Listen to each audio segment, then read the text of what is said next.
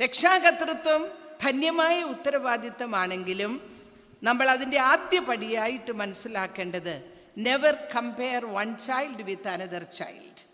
നമ്മുടെ ഒരു കുഞ്ഞിനെ മറ്റൊരു കുഞ്ഞുമായിട്ട് ഒരിക്കലും താരതമ്യം ചെയ്യരുത്.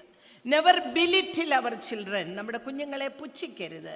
നെവർ അണ്ടർ എസ്റ്റിമേറ്റ് അവർ ചിൽഡ്രൻ, നമ്മുടെ കുഞ്ഞുങ്ങളെ തരം താഴ്ത്തി കാണിക്കരുത്. നെവർ ഡിസ്റെസ്പെക്റ്റ് അവർ ചിൽഡ്രൻ, അവർ നമ്മുടെ ജീനാണ്, നമ്മുടെ കുറവുകളും നമ്മുടെ നന്മകളും ഉള്ളവരാണ്, അവർ ദൈവത്തിൻ്റെ മഹത്തായ സൃഷ്ടിയാണ്.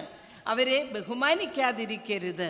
വീണ്ടും പറയുന്നു, അവരെ നെവർ ഫ്രൈറ്റൻ അവർ ചിൽഡ്രൻ, അവരെ ഭയപ്പെടുത്തരുത്.